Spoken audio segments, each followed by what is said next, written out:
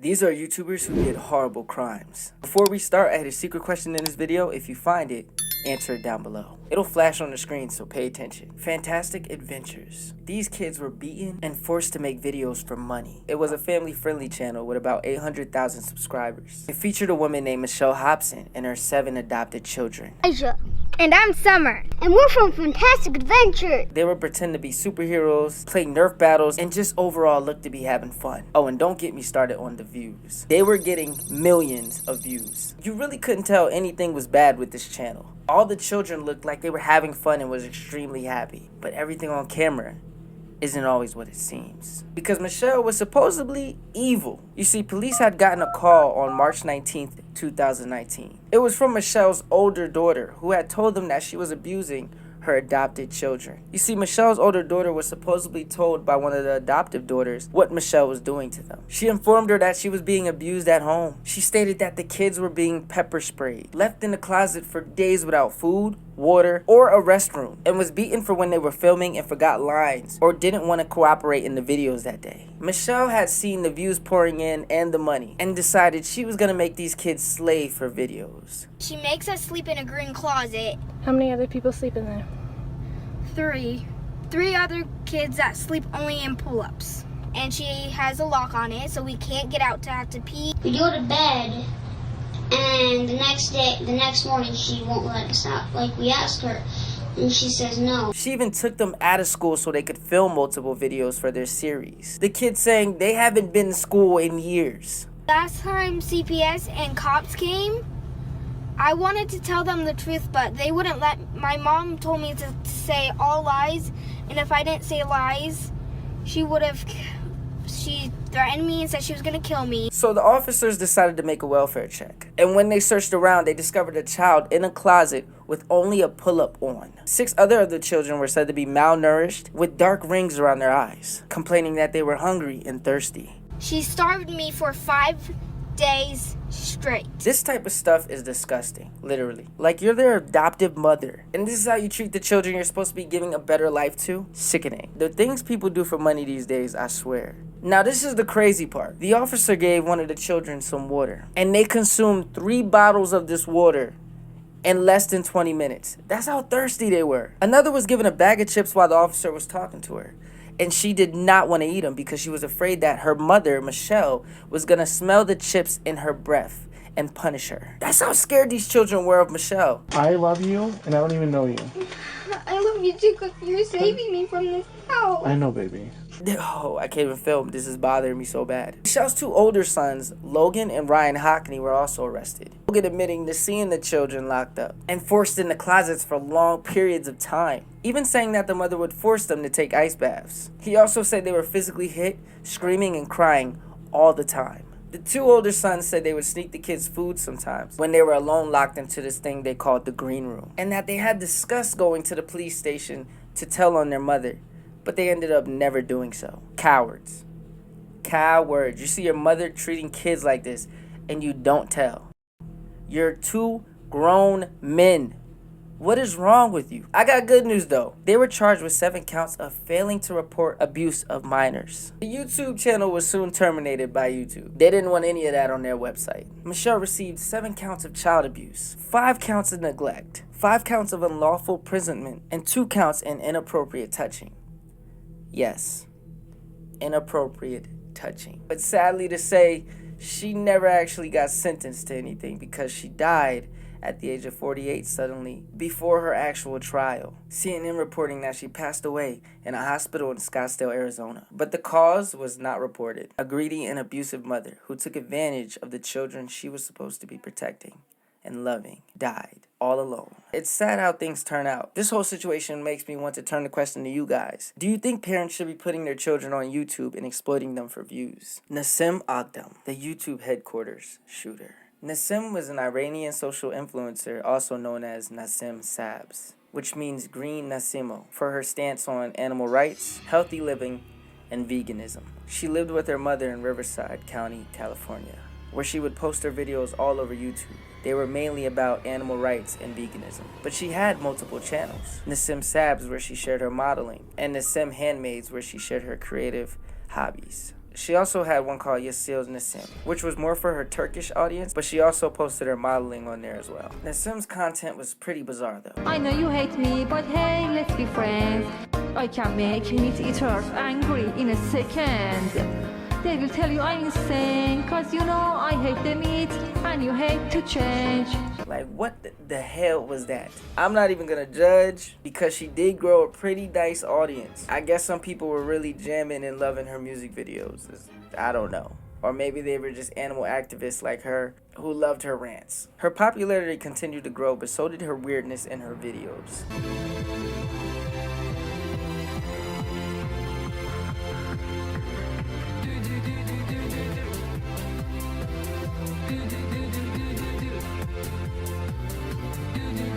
She started acting paranoid though, making claims to her audience that she was being targeted by anti-vegan businesses, even stating that they tried to kill her by puncturing a nail through her tire. If you don't get...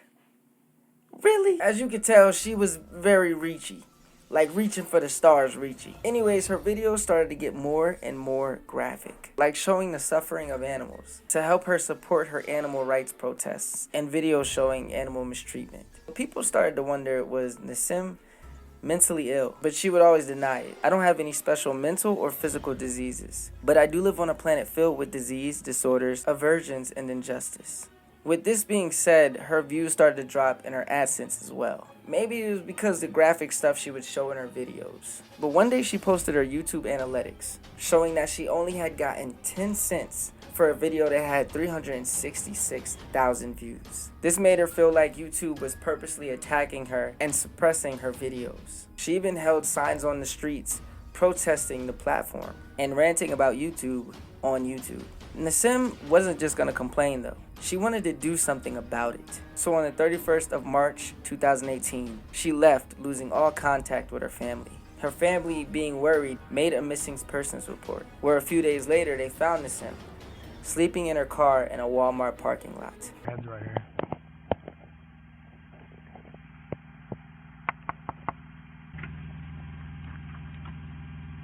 Hi, are you Nasim? Hey, so you were reported as missing. Yeah, as missing from San Diego? Yeah, I left my family. Okay. Can I just ask, if you don't mind, why you left? We don't get along together, so I left them. Okay. Do you have ID on you by chance? Sure. Were you just not getting along with your family? Yeah, I'm with my brother. Yeah. How long have you been here in Mountain View? I left home. I came here 2 days ago. Oh, wow. Second night. Okay. You tell anybody where you went? No, not here. So nobody. Oh, okay. You don't want to hurt yourself, do you? Oh, you don't want to hurt anybody else? You don't want to commit suicide or anything like that, right? Okay. Are you ever planning on going back home? No? Okay, fair enough. So all we're gonna do, we just had to make sure that you were okay.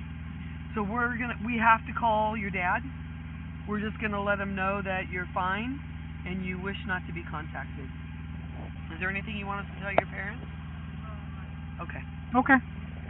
Alrighty. You're welcome. She was 25 miles from the YouTube headquarters, but the police couldn't really do anything because she's a grown adult and she didn't seem to be a threat.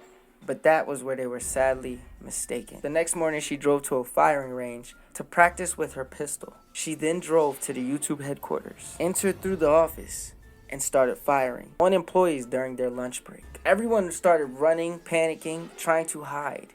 What was this lady coming in here shooting up the place for? She ended up taking her own life after the ordeal. But turns out that whole situation was a waste of time because nobody actually died. 3 people were injured, but they later on made a full recovery. Now see, if she was smart, she would have went to the YouTube headquarters and just asked them for advice on how she can improve her channel, her AdSense, and possibly save her channel from going under and drowning. But no, this dummy went to go shoot up the place. Like, what is wrong with people? Instead of doing it the smart way, you do it the dumb way. She could have been gaining money again in a way that YouTube would have accepted her videos. Stupidity? It's crazy. Stanislav Reshetnikov. I probably butchered the name. Don't even ask. The man who took his girlfriend's life for views and money. Stanislav Reshetnikov was also known as Stas Reflay, a YouTuber and streamer. But the types of streams he did were called trash streaming, something that became a popular Russian subculture. It was a form of entertainment where viewers would watch and pay their favorite streamers to get drunk, do drugs, and do sickening stunts. Like disgusting things you would not imagine. For instance, they would pay homeless people to drink and eat raw meat, invite a whole bunch of people over their house and have a huge brawl. A streamer, I don't even want to say this, but a streamer one time even got a donation to kiss his mom, who participated in the stream. And yeah, they did it. What's wrong with you, Russia? What is wrong with you? They dehumanized people a lot. One man making his grandpa drink on stream until he actually passed away and lost his life. Nothing happened to the streamer, by the way. There was no consequences. The dude still is continuing the stream today, happily. These dudes were horrible. And one of the darkest ones I've seen is 2 streamers were over a girl's house. They got a donation to mess up her whole apartment. So what they did next is terrifying. Trigger warning. They sprinkled a little, you know what, in her drink until she passed out. And then they went to destroy her whole apartment. And from there, took advantage of her while being unconscious. I'm talking full on, yes, what you're thinking. If you want to know the more crazier and darker side of these stories, there's a YouTuber by the name of AnjaXTV where I got most of this information from. I'll leave her links in the description below. So after this video, you check out hers, because I can't say it on this video. She gets into crazy detail. But watch it after this video because, you know, don't ruin my watch time. But back to Stas Reflay. He was one of the better looking streamers. Women flocked to him. They were attracted to him and willing to come over to be on stream. But the things he did to them for donations were insane. He would beat them on stream. Even sometimes his friends had to stop him from going too far on stream. It's truly disgusting the things these guys did on stream. Trust me, I don't even think I could show you half the videos. He soon got a girlfriend named Valia that he had been dating for a year. And yes, they streamed together. Their relationship was toxic. They would fight on stream, hate each other. He would abuse her, call her names, and the donations just kept rolling in. The audience loved it all. He would even film her when she had panic attacks, and she had a lot. When she didn't want him to, he would still pull out the camera and force it in her face. I don't get why some women stay in these horrible relationships. It's truly sad. Like, I don't understand how a guy can love somebody and decide to treat them the way he treated this girl. One day he even got a donation to pepper spray her. While she was laying on the couch, having a bad day, he did it.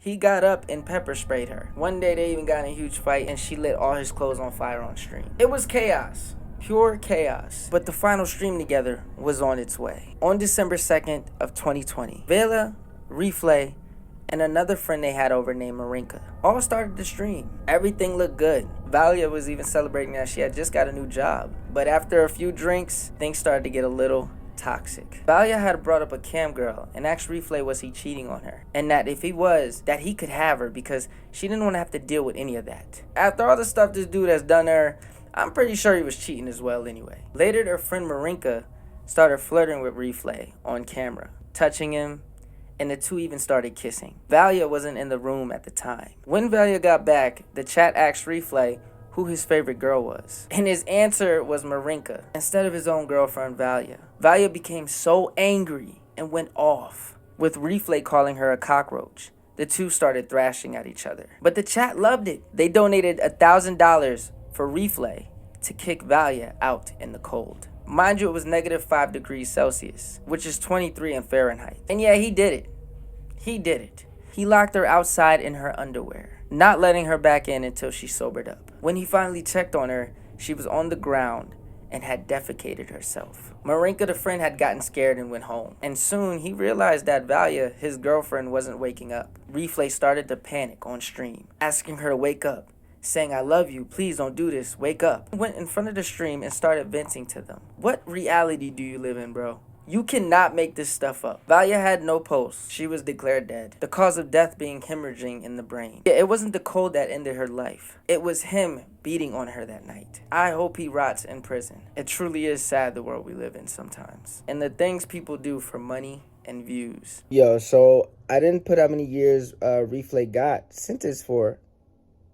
Guess how many years, y'all? He only got sentenced to 6 years in prison. 6 years in prison. Check out this video on a policewoman who wanted to hire a hitman to take out her husband. Yeah, this woman was crazy. She even asked her boyfriend at the time, could he hire the hitman to take out his own daughter as well, because his daughter was ruining their relationship.